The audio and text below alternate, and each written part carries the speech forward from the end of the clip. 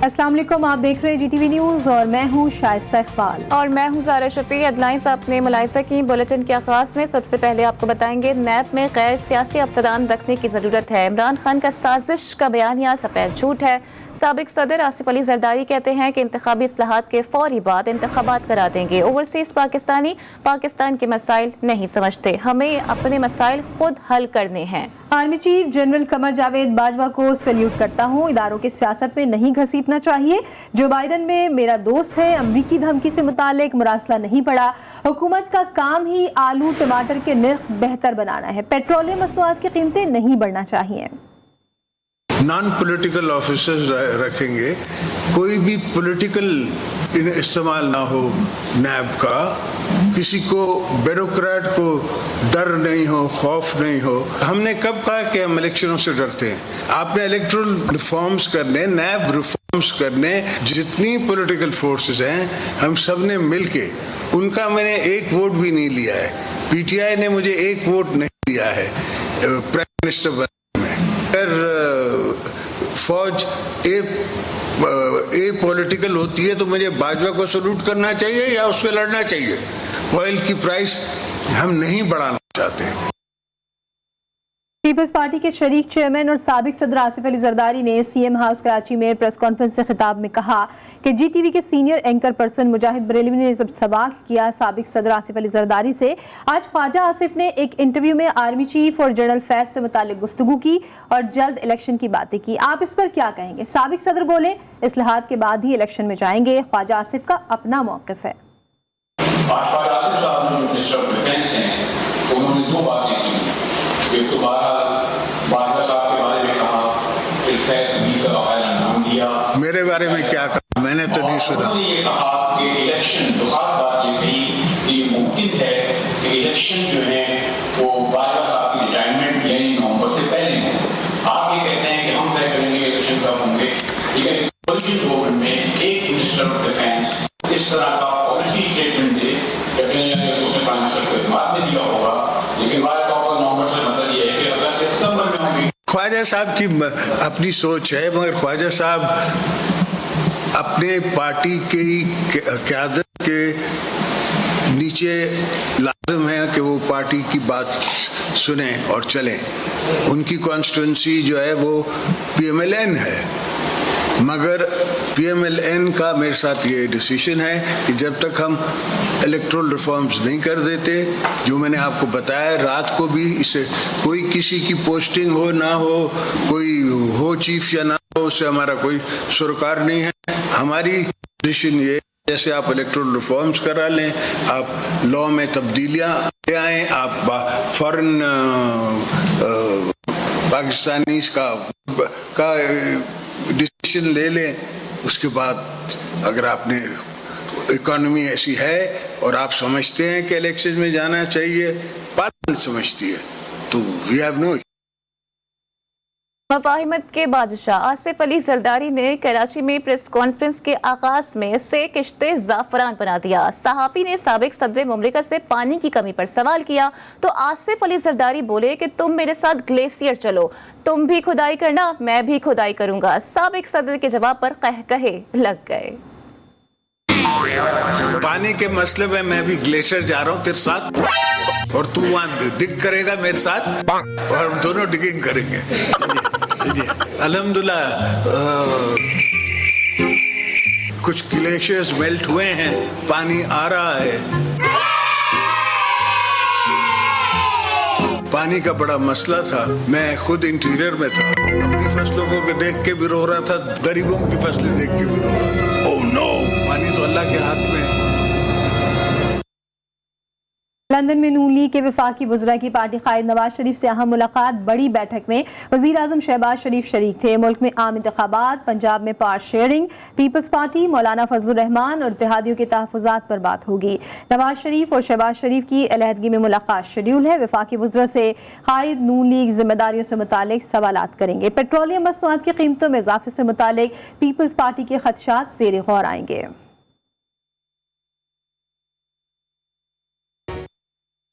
मेरे पास भी इत्तलात हैं कि हम इलेक्शन की तरफ जा रहे हैं। अवामी मुस्लिम लीग के सरबराह शेख रशीद अहमद कहते हैं, नून लीग ने सोचा कुछ और था लेकिन कुछ और हो गया।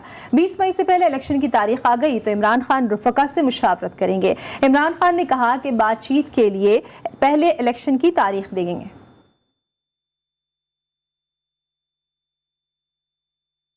नून लीग में आम इंतखाबात पर तकसीम मौजूद है। कुछ रहनुमा फौरी और कुछ रहनुमा असम्बलियों की मुद्दत पूरी करने के ख्वाहिशमंद हैं। ख्वाजा आसिफ की बात की जाए तो कबल सफ इंतखाबात की बात वो कर चुके हैं। शाहिद खाकान अब्बासी और इसहाक डार भी जल्द ही इंतखाबात के हामी नजर आते हैं। इसी पर बात करते हैं, सीनियर एंकर पर्सन तंजीला मजहर हमारे साथ मौजूद हैं। तंजीला, क्या देख रही हैं, फौरी आम इंतखाबात पर नून लीग में तकसीम किस कदर वाज़ेह है? जी देखिए, जब ये अदम एतमाद कामयाबी के बिल्कुल करीब थी, उस वक्त भी पाकिस्तान मुस्लिम लीग नवाज के अंदर एक मौक़िफ़ ये था कि हुकूमत में ना जाया जाए, बल्कि कुछ अरसे में कुछ इलेक्टोरल रिफॉर्म्स करने के बाद इलेक्शन कराए जाएं। जैसे शाहिद हकान अब्बासी साहब हैं, वो बार बार ऑन रिकॉर्ड कहते रहे, और बाकी भी कुछ ऐसे लीडर्स हैं जिनका ख्याल था कि फौरी इलेक्शन में जाया जाए और जो मैंडेट ले कि हुकूमत आए वो आके इस मुल्क के मसाइल हल करे। तो उस वक्त जाहिर है इत्तेहादी जमातों को भी ये ख्याल था कि नहीं, हुकूमत में आए बगैर और इस्लाहात किए बगैर इससे आगे बढ़ना शायद उसके लिए वक्त मुनासिब नहीं है। तो अब ऐसे लगता है कि जो हालात हैं इस वक्त मुल्क की मईशत के और जिस तरह की एक बहरानी कैफियत है, जैसे आप पंजाब में देख रहे हैं, फिर एक अवामी दबाव भी है, तो IMF के प्रोग्राम को अगर आपने कंटिन्यू करना है तो आपको बहुत सारी कीमतें मजीद बढ़ानी पड़ेंगी। तो ये एक बहुत बड़ा बोझ है जो मौजूदा हुकूमत पर पड़ेगा। और जाहिर है इस वक्त जो क्योंकि वज़ीर आज़म शहबाज शरीफ हैं, तो इसका जो सबसे ज्यादा जिस बात आप कह लीजिए तो इमेज जिसका खराब होगा वो पाकिस्तान मुस्लिम लीग नवाज है। तो पाकिस्तान मुस्लिम लीग नवाज की वो लीडरशिप जो ये समझती थी कि हमें हुकूमत में अगर हम चले भी जाएं और एक मखलूत हुकूमत बन भी जाए तो उसको बहुत थोड़े अरसे के लिए बनाना चाहिए, उसको लंबा नहीं खींचना चाहिए, क्योंकि इस तरह के हालात में ठीक है। बिल्कुल, जो लंदन में मुलाकात हुई थी उसमें भी कुछ ऐसी ही बातें सुनने में आई थी कि जो तहफ़्फ़ुज़ात हैं इत्तेहादियों के उनको भी दूर किया जाएगा, और सही आप फरमा रही हैं कि इसमें जो डैमेज होगा वो मुस्लिम लीग नून का ज़्यादा हो सकता है। एंकर पर्सन तंजीला मजहर साहिबा हमारे साथ मौजूद थी, आपके वक्त का बहुत शुक्रिया। इलेक्शन कमीशन ने पाकिस्तान तहरीक इंसाफ के मुनहरिफ अरकान कौमी असम्बली से मुतालिक रेफरेंस खारिज कर दिया। मुत्तफ़िक़ा फैसले के मुताबिक तहरीक इंसाफ के अरकान ने पार्टी से अलहदगी इख्तियार की, ना ही आर्टिकल 63A की खिलाफ वर्जी की।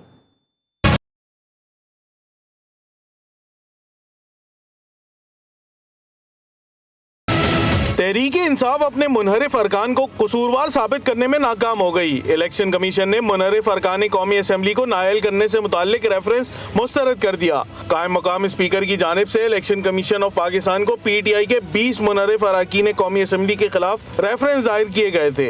इलेक्शन कमीशन के मुत्तफ़िक़ा फैसले के मुताबिक मुनहरिफ अरकान पर आर्टिकल 63A का इतलाक नहीं होता। फैसले के बाद मुनहरिफ अरकान डी-सीट होने से बच गए। दौरान समाअत तहरीक इंसाफ के मुनहरिफ रुकन नूर आलम खान के वकील ने दलाइल दिए। उनका कहना था कि PTI के शोकॉज का जवाब दे दिया था, किसी रुकन ने पार्टी नहीं छोड़ी, नूर आलम ने अदम एतमाद पर वोट नहीं दिया और किसी दूसरी पार्टी में शमूलियत इख्तियार नहीं की। इलेक्शन कमीशन ने मुश्तरका फैसले में PTI के इल्जामात को मुस्तरद कर दिया। पाकिस्तान तहरीक इंसाफ इलेक्शन कमीशन के फैसले को सुप्रीम कोर्ट में चैलेंज करेगी। चीफ इलेक्शन कमीशन पर फवाद चौधरी की शदीद तनकीद। कहा, बेहतर तो ये है कि चीफ इलेक्शन कमिश्नर नून लीग में शामिल हो जाएं। सारे लोटे नवाज शरीफ की तस्वीर लगाते फिर रहे हैं। उम्मीद है सुप्रीम कोर्ट इस फैसले को देखेगी। जिस तरह का फैसला इलेक्शन कमीशन ने आज किया, ऐसे फैसलों से इदारे तबाह बर्बाद हो जाते हैं। जो मेंबरान सिंध हाउस में नून लीग की पार्लिमानी पार्टी मीटिंग्स में शरीक हो रहे हैं, अपने वजीर आजम और पार्टी चेयरमैन के खिलाफ साजिशों का कलीदी हिस्सा है। इलेक्शन कमीशन कहता है नहीं, वो तहरीक इंसाफ का ही हिस्सा है।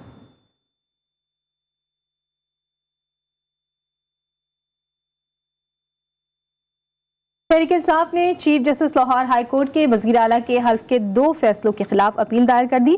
दरख्वास्त में मौक़िफ़ इख्तियार किया गया कि सिंगल बेंच के 2 फैसले आइन और कानून के बरक्स हैं। आइन पाकिस्तान के तहत अदालत गवर्नर पंजाब और सदर पाकिस्तान को हुक्म जारी नहीं कर सकती। इसी हवाले से मजीद बात कर लेते हैं। हमारे साथ मौजूद हैं शेख ज़ैनुल आबिदीन। शेख ज़ैन, अपडेट कीजिएगा, क्या डिटेल्स हैं? आज भी तो तहरीक इंसाफ ने chief justice Lahore high court के वजीर आला की हलफ उठाने के 2 फैसलों के खिलाफ लाहौर हाई कोर्ट ने अपील दायर कर दी है। Lahore high court single bench के 2 फैसले आइन और कानून के बरक्स हैं। ये दरखास्त में मौक़िफ़ अपनाया गया है, जबकि दरखास्त में ये भी कहा गया है कि सिंगल बेंच के रूबरू फरीक बनने की दरखास्त दी, जिस पे एतराज़ दायर किया गया है। गवर्नर पंजाब और सदर पाकिस्तान को आइन पाकिस्तान के तहत तहफ़्फ़ुज़ हासिल है। आइन पाकिस्तान के तहत अदालत गवर्नर पंजाब और सदर पाकिस्तान को हुक्म जारी नहीं कर सकती। दरखास्त में सदर और गवर्नर को ना फरीक बनाया गया और ना ही नोटिस किया गया। अदालत से इन्होंने इस्तदा की कि अदालत Lahore high court single bench के दोनों हुक्मनामे गैर आईनी करार दे। जी ठीक है, बहुत शुक्रिया जैन अपडेट करने के लिए। और अभी आपको बताएं कि पाकिस्तान तहरीक इंसाफ के रहनुमा अली जैदी कराची में प्रेस कॉन्फ्रेंस कर रहे हैं। प्राइम मिनिस्टर शहबाज शरीफ की हुकूमत जो है, जो मीर सादिक और मीर जाफरों से भरी हुई है, वो पाकिस्तान की इकॉनमी के, पाकिस्तान की सियासत के, यानी कि पाकिस्तान के सारे फैसले करने जहाज भर के लंदन चले गए और हंसी हंसी ऐसे दांत दिखा के तस्वीरें खिंचवा के दरवाजे में जहाज से वो सोशल मीडिया पे वायरल कर रहे हैं।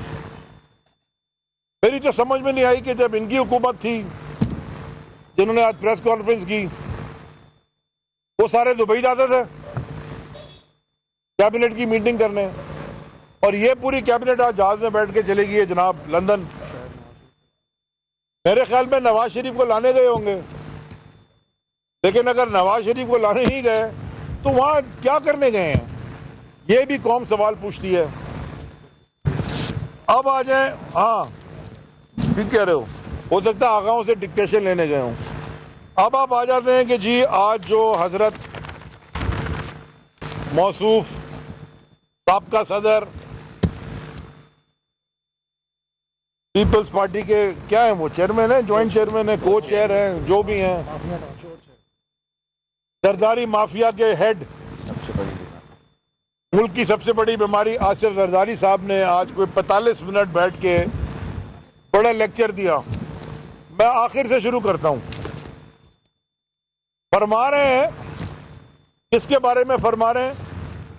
फरमा रहे हैं पाकिस्तान के एक वेल डेकोरेटेड 3 स्टार बड़ी इंपॉर्टेंट कोर, पेशावर कोर के कोर कमांडर, जो कि साबका उससे पहले DGI भी थे, फरमा रहे हैं कि जनरल फैज हमीद। PTI रहनुमा अली जैदी कराची में न्यूज कॉन्फ्रेंस कर रहे थे, जिसका कुछ हिस्सा आपने मुलाहिजा किया।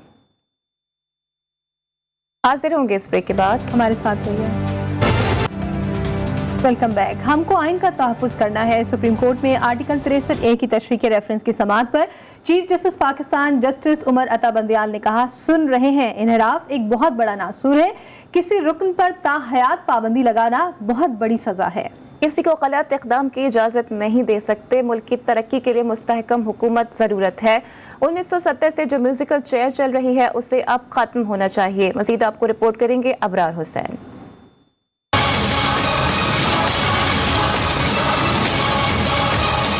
सुप्रीम कोर्ट में आर्टिकल 63A की तशरीह के केस की समाअत हुई। चीफ जस्टिस उमर अता बंदियाल की सरबराही में 5 रुकनी लार्जर बेंच ने समाअत की। काफ लीग के वकील अजहर सदीक ने कहा, आर्टिकल 63A का मकसद अरकान को इनहराफ से रोकना है। 16 अप्रैल को PTI के मुनरिफ अरकान ने पार्टी पॉलिसी के खिलाफ हमजा शहबाज को वोट दिया। चीफ जस्टिस ने कहा, मुनरिफ अरकान का मामला इलेक्शन कमीशन में ज़ेरे इल्तवा है। जस्टिस जमाल खान मंदोखेल ने कहा कि पार्टी के लोग कुछ इधर कुछ उधर हैं, मगर काफ लीग के सरबराह खामोश हैं। बलूचिस्तान की एक पार्टी के लोग किधर हैं पता नहीं। सियासतदान एक दूसरे को चोर कहते हैं, जब तक तहकीकात नहीं की जाती तो ऐसे बयान क्यों देते हैं।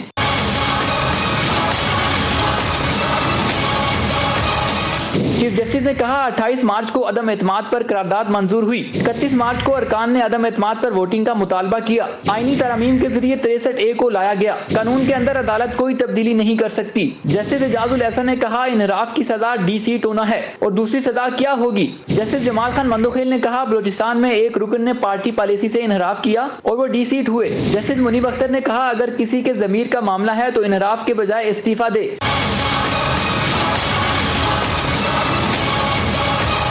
अटॉर्नी जनरल अशतर औसाफ अदालत में पेश हुए तो चीफ जस्टिस ने कहा, पीर को सदारती रेफरेंस पर हमारी मामलत करें। काफ लीग और सुप्रीम कोर्ट बार के वकील ने दलाइल मुकम्मल कर लिए। अगली समाअत पीर को होगी। Abrar Hussain Astori, GTV news, Islamabad. कराची में एमक्यूएम रहनुमा और साबिक रुकन असम्बली शेख सलाउद्दीन कहते हैं कि PTI ने 14 सीटें छीनी हैं। साबिक वजीर आजम को तनकीद का निशाना बनाते हुए कहा कि स्मगलर्स को इलेक्शन लड़ाया गया, इलेक्शन ट्रिब्यूनल में दरखास्तें इल्तिवा का शिकार हैं। मजीद बता रहे हैं जी न्यूज़ के नुमाइंदे अली रजा। जी अली। जी बिल्कुल, एमक्यूएम रहनुमा और साबिक रुकन असम्बली जो हैं इस वक्त शेख सलाउद्दीन साहब मेरे साथ मौजूद हैं। इनके कुछ मुतालबात हैं और बड़े ही संगीन इल्ज़ाम जो है वो पाकिस्तान तहरीक इंसाफ के रुकन असम्बली पे लगाए हैं। उन्हीं से मैं जानता हूँ कि इंसाफ के क्या मसाइल हैं। आपने इमरान खान साहब से भी इंसाफ की अपील की थी अपने हवाले से, और अभी आप केसेस भी आपने दायर कर रखे। क्या मामला है, ज़रा उस हवाले से कमेंट कीजिए। देखिए, एक ऐसा शख्स जिसका नाम असलम सिंगापुरी है, उसको मोहम्मद असलम खान के नाम से उन्होंने अपना जो है पेपर, नॉमिनेशन पेपर जमा किए थे, NA-254। बेसिकली ये स्मगलर है। इन्होंने जो अपनी सफ़ों में जो लोग रखे हुए हैं वो इस किस्म के लोग हैं, जैसे ये NA-254 का कैंडिडेट था असलम सिंगापुरी। तो मैं समझता हूँ कि ये तहरीक इंसाफ के जो सरबराह हैं इमरान खान साहब, उनके लिए ये सोचने का मौका है कि ये ऐसे लोगों को इन्होंने अपने पास रखा हुआ है, ऐसे लोगों को भर्ती किया हुआ है। मैंने एक पूरी पिटिशन, एक पूरा इसका बंच था लेटर्स का, जिसके अंदर वो तमाम जो कोर्ट के पेपर हैं। देखिए, मैं ये नहीं कह रहा कि वो जो क्रिमिनल है, ये तो कोर्ट की वर्डिक्ट हैं, उसके जजमेंट हैं। उसके जजमेंट के मुताबिक असलम सिंगापुरी जो है वो जो है स्मगलर है। और ये तो इलेक्शन इसने 9-0 से इसको आपने लड़वाया था। ये तो बाद में सारी चीज़ें खुली हैं कि ये इस तरह का था। तो ये तो मैं समझता हूँ इसमें फौरी तौर पे जो इक़दाम होने चाहिए थे उनके। जी हाँ, बिल्कुल। इंसाफ के लिए जो है इधर प्रेस कॉन्फ्रेंस आए हुए थे शेख सलाउद्दीन साहब, और यही इनका कहना था कि मैंने इमरान खान साहब से भी इंसाफ की अपील की थी, मगर मुझे नहीं मिल सका इंसाफ। जी। और अब जिक्र बिजली बहरान का। मुल्क में बिजली का बहरान हर गुजरते दिन के साथ शदीद होता जा रहा है। एलानिया और गैर एलानिया लोड शेडिंग ने अवाम की मुश्किलात में इजाफा कर दिया।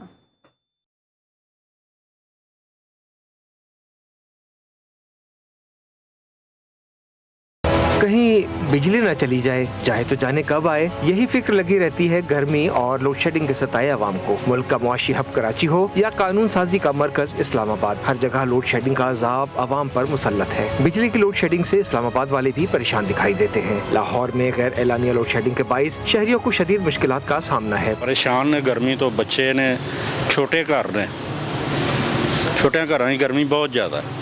हवा भी नहीं चल रही, उत्थे बत्ती चली जाए, हवा नहीं लग रही। वडेरे बंदे, बीमार बंदे, उन्होंने वास्ते बहुत मसला है। उधर पेशावर में गैर एलानिया लोड शेडिंग के बाइस शहरी परेशान हैं। बिजली के कम वोल्टेज की वजह से बरकी आलात के खराब होने का खदशा भी लगा रहता है। यहाँ पर खुद देखे लोड शेडिंग का 1 घंटे बिजली होती है, 3 घंटे लोड शेडिंग होती है। किस तरह बिजली नहीं है? नून लीग तो बड़े बड़े दावे करते हैं ना, क्या किया इन्होंने इन लोगों के लिए? सिर्फ दावे करते हैं। कोयटा में भी दर्जा हरारत बढ़ते ही एलानिया और गैर एलानिया लोड शेडिंग में इजाफा कर दिया गया। बहुत गर्मी भी हो रहा है, यहाँ पर बिजली नहीं होता है, लोड शेडिंग बहुत ज़्यादा है, हमारी चीज़ें ख़राब हो रहा है, लोड शेडिंग बहुत ज़्यादा है। बिजली बिल्कुल है नहीं हमारे इलाके में, इस वजह से हम सुबह बच्चे स्कूल जाना होता है, बच्चे स्कूल नहीं जा सकते। मुल्क भर के आवाम का ये मुतालिबा है कि जब बिल बाकायदगी से भेजे जाते हैं तो लोड शेडिंग जैसे मसले पर भी तवज्जो दी जाए। GTV न्यूज़ की आवाज़ वज़ीर आला बलोचिस्तान ने सुन ली। वज़ीर आला मीर अब्दुल कुद्दूस बज़ंजो ने मुतालिका महकमे को हंगामी बुनियादों पर पानी की फराहमी के लिए 10 मिलियन रुपए के खुसूसी फंड्स जारी कर दिए। वज़ीर आला बलोचिस्तान ने हिदायत की है कि मानसून की बारिशों के आगाज़ और पानी के ज़खायर में इजाफे के हवाले से टैंकरों के जरिए पानी की फराहमी जारी रखी जाए। रोजाना 22 वाटर टैंकर्स डेरा बुगटी रवाना किए जाएंगे। इसी बारे में रिपोर्ट करेंगे बुशरा कमर।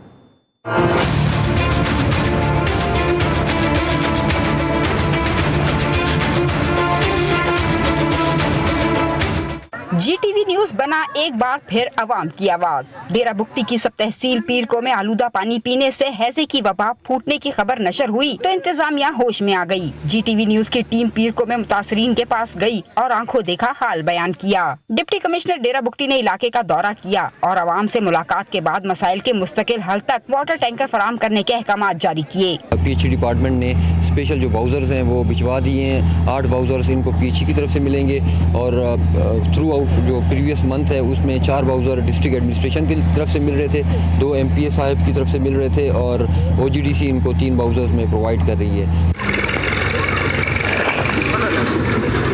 साफ पानी के टैंकर इलाके में पहुंचते ही मकीनों में खुशी की लहर दौड़ गई और GTV न्यूज़ का शुक्रिया अदा किया। मैं आपका बहुत बहुत शुक्रिया अदा करता हूँ GTV न्यूज़ का कि उन लोगों ने हमें कवरेज दिया। इस आफत ज़दा और इस परेशानी की हालत में पीर को तकरीबन 40 से 50 हज़ार की आबादी है टोटल यहाँ पे, और यहाँ पे पानी की शदीद किल्लत है। और मैं आप लोगों का बहुत बहुत मशकूर हूँ कि आप लोगों ने यहाँ पे आके विज़िट किया, खुद देखा आप लोगों ने कि आप लोग इंटरमीडिएट गए जहाँ से हमारा पानी आता है, वहाँ से कितनी गंदगी है, जानवर तक नहीं पानी पीते और हमें वो पानी फराहम किया जाता है कि हम वो पानी पिएँ। हाँ, सबसे पहले तो मैं आपकी शुक्रिया अदा करता हूँ कि आप आए यहाँ। बाकी यहाँ तो काफ़ी मरीज़ थे, अभी कुछ डिस्चार्ज भी हुए हैं, यहाँ नहीं हैं। इस इलाके के लोग प्यासे भी रोए हैं, किसी ने इनकी आंसू को नहीं बूझा और बगैर रोज़गार के भी रोए हैं। काफ़ी मुश्किलात हैं इलाके वालों को। 24 घंटे के दौरान पीरको में हैजे के 123 नए केसेस सामने आ गए। इलाका मकीनों ने पीरको में साफ पानी के मुस्तकिल इंतजाम का मुतालबा कर दिया। कैमरामैन फतेह मोहम्मद के साथ बुशरा कमर, GTV न्यूज़, पीरको। यार खान के चोलिस्तान के इलाके में बारिश न होने से खुश्क साली दर आई है। पानी की किल्लत और शदीद गर्मी के बायस छोटे जानवर मरने लगे हैं। पानी की बूंद बूंद कीमती बन गई। हजारों चोलिस्तानी नकल मकानी करने पर मजबूर हो गए। सीधा आपको रिपोर्ट करेंगे एहसन अली। बारिश न होने के बायस चोलिस्तान में खुश साली के डेरे हैं। गर्मी और पानी की किल्लत के बायस चोलिस्तानी इलाके हेड कासिम वाला, शादी वाला, हेड गुलशन, हेड फरीद, सालम सर और दीगर चोलिस्तानी इलाके तहस साली का शिकार हैं। शदीद गर्मी और पानी न मिलने की वजह से अब तक हजारों छोटे बड़े जानवर हलाक हो चुके हैं। चोलिस्तान आने वाली नहरों में भी पानी खत्म हो गया है, जिसके बायस जानवर, चरिंद परिंद और इंसानी जिंदगी को खतरा लाहक है। खुश साली के बायस चोलिस्तानियों ने माल मवेशियों के साथ मैदानी इलाकों में नकल मकानी शुरू कर दी है। मेहरबानी करो हुकूमत नाल या गुजारिश है कि चोलिस्तान दा कुछ सोचो, डैम बढ़ाओ, पानी देवो टोमे च न तो असा मर वैसू। सितम ज़रीफ ये है कि चोलिस्तान डेवलपमेंट अथॉरिटी और महकमा लाइफ स्टाक की टीमें मंजर आम से गायब हैं, लेकिन कागजी कार्रवाई में उन्होंने सूरत हाल पे काबू पाने के लिए नोटिफिकेशन जारी कर दिया है। पानी की फराहमी के लिए चोलिस्तानी सरापा एहतजाज है। उन्होंने अरबाब इख्तियार से हंगामी तौर पर पानी की फराहमी की अपील की है। एहसन अली, GTV न्यूज़, रहीम।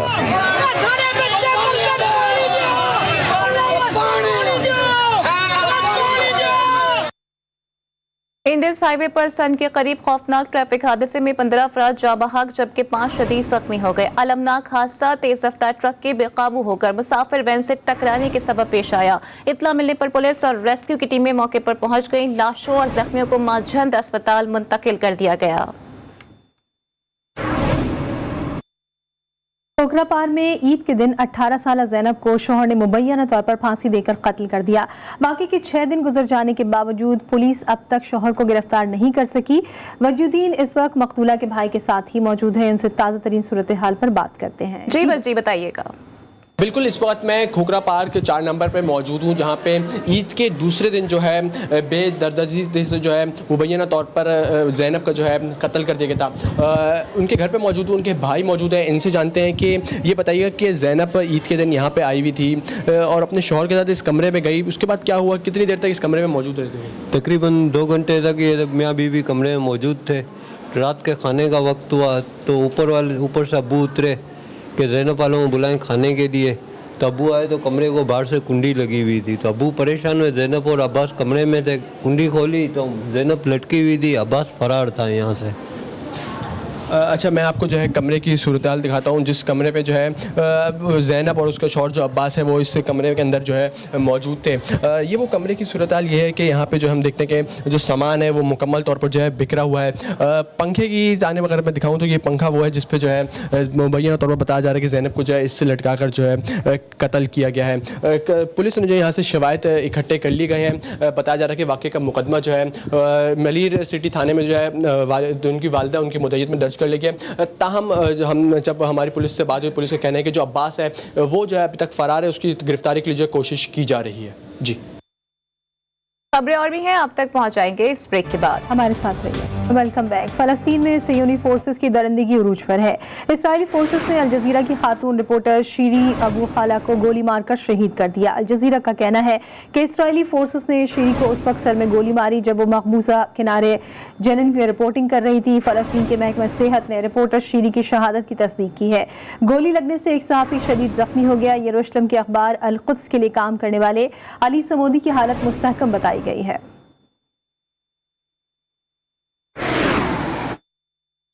कराची के इलाके कोरंगी नंबर 1 में कायम एक ऐसी मुनफरिद और खूबसूरत गली जिसको रियासत मदीना के तर्ज पर कायम किया गया है। ये गली किसने तामीर कराई और यहाँ क्या क्या सरगर्मियाँ होती हैं, जानते हैं हफ्सा शकील की इस रिपोर्ट में।